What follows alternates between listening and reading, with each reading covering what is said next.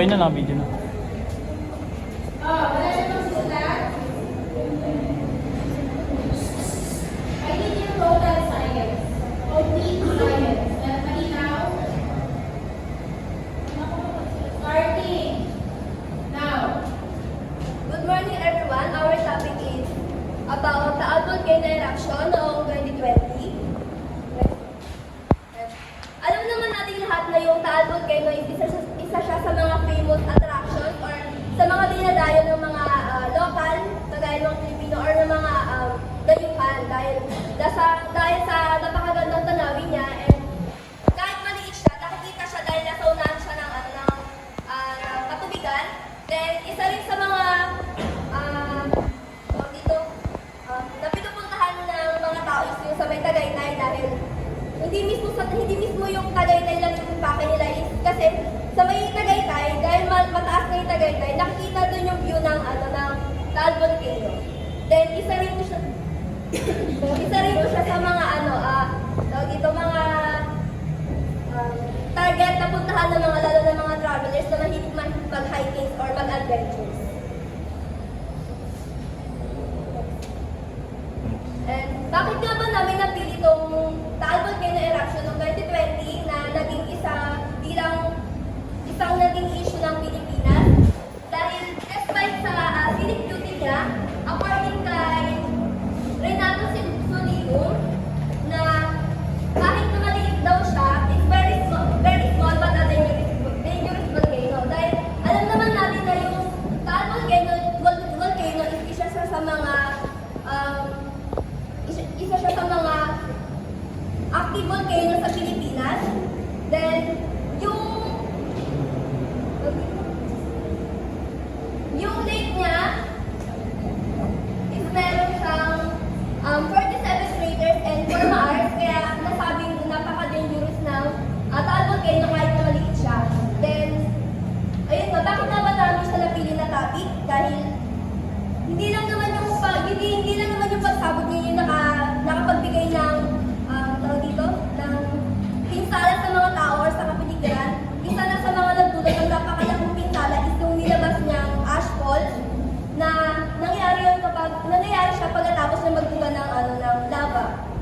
Na naapektuhan yung maraming family, then yung mga pang-araw-araw na routine nila, then yung mga kabuhayan nila and yung agriculture na pinabukuhaan nila ng pera para mabuhay.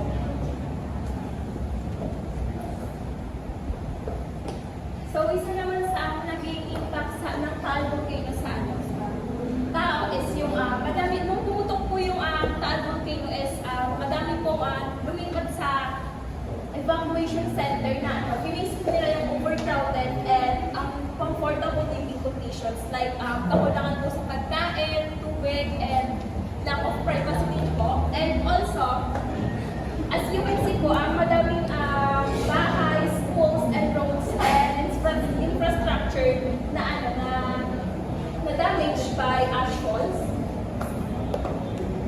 And dahil na yung ibang tao is yung matigas yung ulo, hindi pumunta ng evacuation center.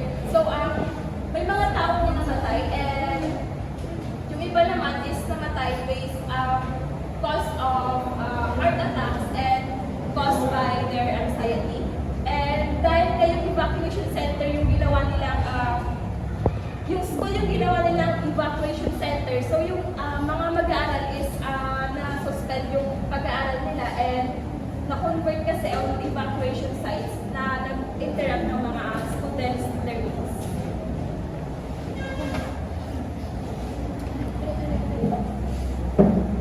So dito naman sa health or respiratory illness, so dito maraming tao na is nakakaranas ng ash inhalation, nagkakos siya ng asthma, and patuloy-tuloy na pag-ubo, then bronchitis. So itong fine ash po is ito yung maliliit na alikabok na pumapasok sa baga natin, which is nakakapagpalala ng mga sakit, lalo na sa pag-ubo and sa bronchitis and iba pang existing respiratory conditions. So dito naman sa eye irritation, evacuation. Ito yung volcano ash na nagdulot ng ng pangangati sa katawan, sa pag-irritate ng mata. Ito yung nagkakaroon din siya ng malalang infection sa mga sugat natin. Then next is overcrowding in evacuation center. So dito, sa mga evacuation centers, madaming tao kasi doon. So madaming evacuations na hindi malilinis, and mas lumalala palalo yung mga condition ng health ng mga tao. Mas lalo pang nagkakasipon, nagkakaubo, and lumalala yung mga asthma attacks na nasa evacuation centers. Then, etong stress and trauma and mental health issue. Dahil sa pagsabog ng vulkan, maraming tao yung nagka-anxiety attack, na-depressed kasi, na-depress and na-stress. Kasi, iniisip nila yung mga pamilya nila, kabuhayan nila, and dahil doon, nagkakaroon sila ng stress, trauma, and mental health issues. Next naman po is kung ano naging epekto ng Taal eruption sa tourism industry. First of all, naging malaki ang epekto nito dahil since sumabog na ang vulkan is one of the popular tourist spot is ang Tagaytay since malapit siya sa vulkan. And dahil nga po na tumigil nga po yung pagpapatakbo ng mga hotel, mga tourist spot, or mga pinagagalaan ng mga tao, or pinupuntahan ng mga guests or ng mga customers sa Tagaytay, tumigil. Katulad, for example na lang po is yung pagpunta ninyo sa Tagaytay is na-delay or pagbiyahe ninyo because of sa nangyari sa pagsabog ng vulkan, especially na lang po dahil sa ashfall na kumalat sa buong lugar. And for example, ito na rin po, ito yung tinatawag natin na picnic grove, or sinasabi natin pinag-i-stayan po ng mga tao. Kumbaga kung saan dito sila kumakain or nag-i-stay para tingin-tingin sa mga magagandang lugar sa Tagaytay. Because maganda rin ito dahil dito din makikita ko saan yung place ng isang vulkan. And syempre, naging malakas din yung epekto nito dahil napilitan yung mga tourist guide, yung mga katulad ng mga sasakyan, mga jeeps, taxi or whatever, tumigil din dahil because of sa Taal volcano eruption. Next. Herald.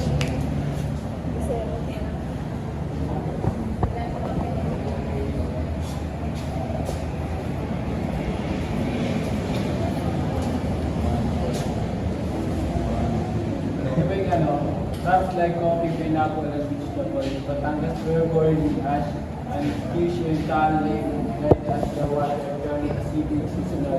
Farm workers and fish boat suddenly had no harvest or catch to sell, leaving families in debt bridge for months. The eruption of Taal volcano has a big economic impact.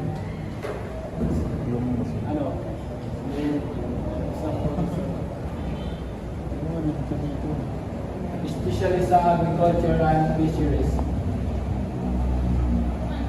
Yung mga crops like pineapple, especially sa yung mga crops like coffee, pineapple, at mga gulay sa Batangas.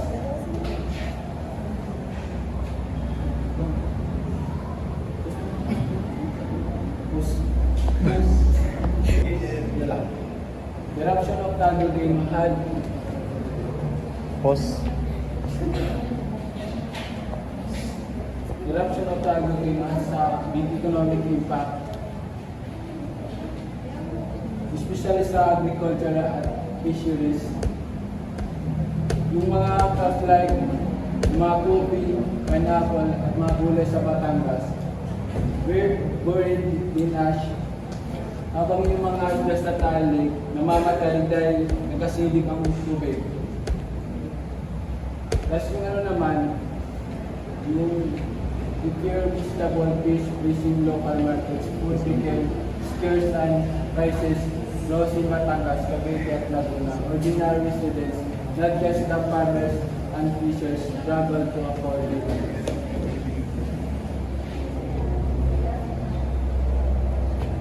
Bukod pa doon, napinduan din ang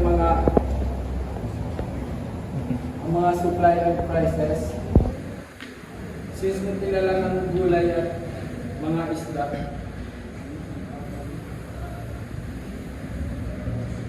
mabot sa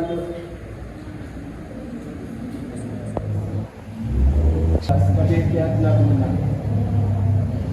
Muli lang pa ng species na nahihirapan, pati ordinary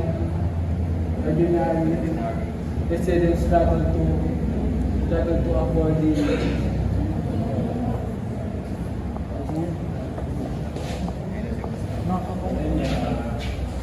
dahil sa matinding pinsala, naapektuhan ng hanap buhay ng mga residente doon na nabalot ng ashes. Maraming residente doon na nawalan ng hanap buhay ang source of income dahil sa pagbaba ng bilang ng turismo na nagpupunta doon.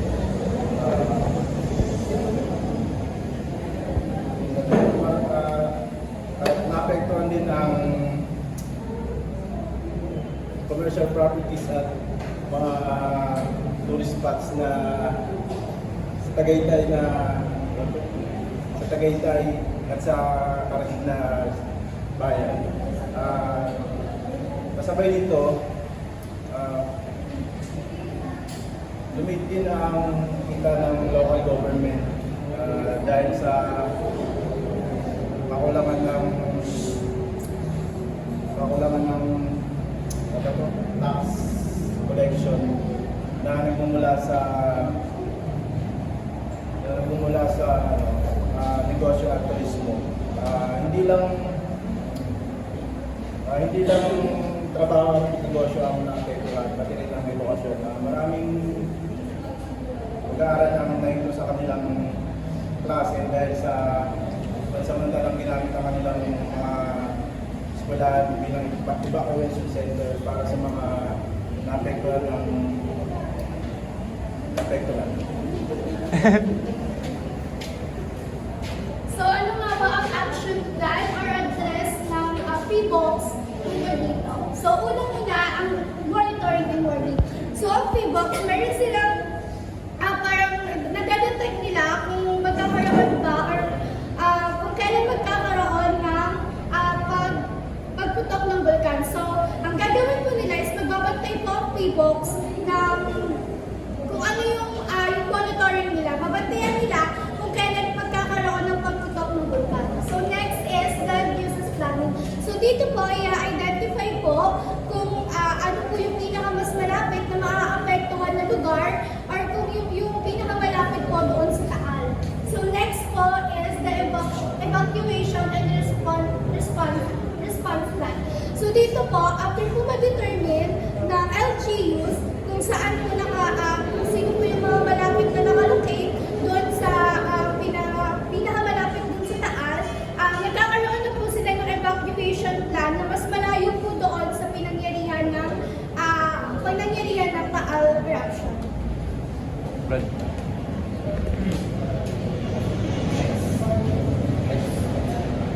And the next is better action solution for volcanic eruption, advanced monitoring and forecasting, implementing cutting-edge monitoring technology and sophisticated data analysis can lead to more accurate and timely prediction, allowing for earlier and more effective evacuation.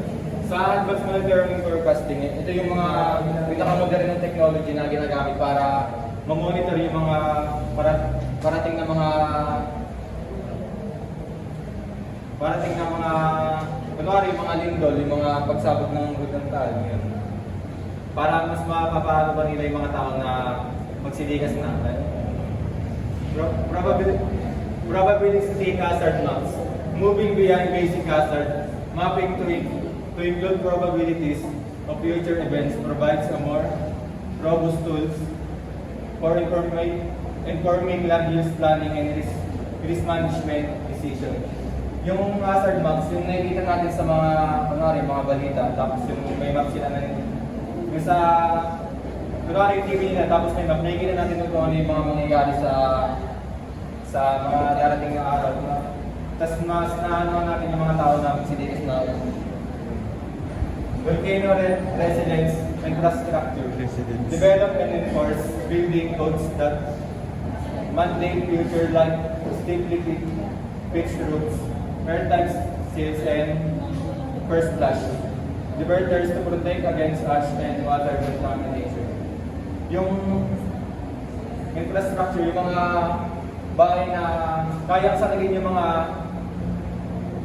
ash and aboy, yung mga gas, saka yung mga kunwari, yung mga bubong na matarik, yung para hindi maipon yung mga abo sa loob sa taas ng bahay, saka yung mga airtight na pintuan, saka yung mga bintana para hindi pumasok yung mga abo. So, sa integrity emergency management system, so dito po, nag-create po ng plan, of course, ng plano po.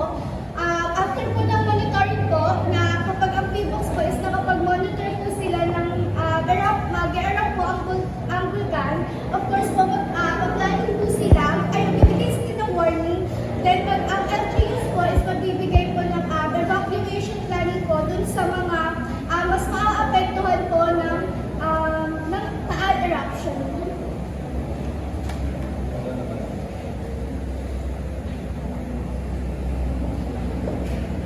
Sa community engagement and drills, conduct regular community-wide drills and preparedness exercises that include specific instruction for various hazards like ashfall, mud flows, flowers, and pyroclastic flows, ensuring people know what to do and where to go. Sa community engagement and drills, yung mga tao, sinasali nila yung mga tao na may nagsiseminar sila kung ano yung dapat gawin bago dumating yung pagsabog ng vulkan doon, kumari ko yung mga doon. Kung ano yung dapat nilang gawin at saka kung saan sila pupunta. And sa lava flow management, utilize techniques like lava barriers and target water cooling as seen in Iceland to divert or slow down lava flows and protect critical infrastructure. Sa lava flow management, kunwari yung mga lava barriers, yung mga nagpoprotekta sa mga lava para hindi mabilis na dumaloy sa mga lupa. Dapat isa sila.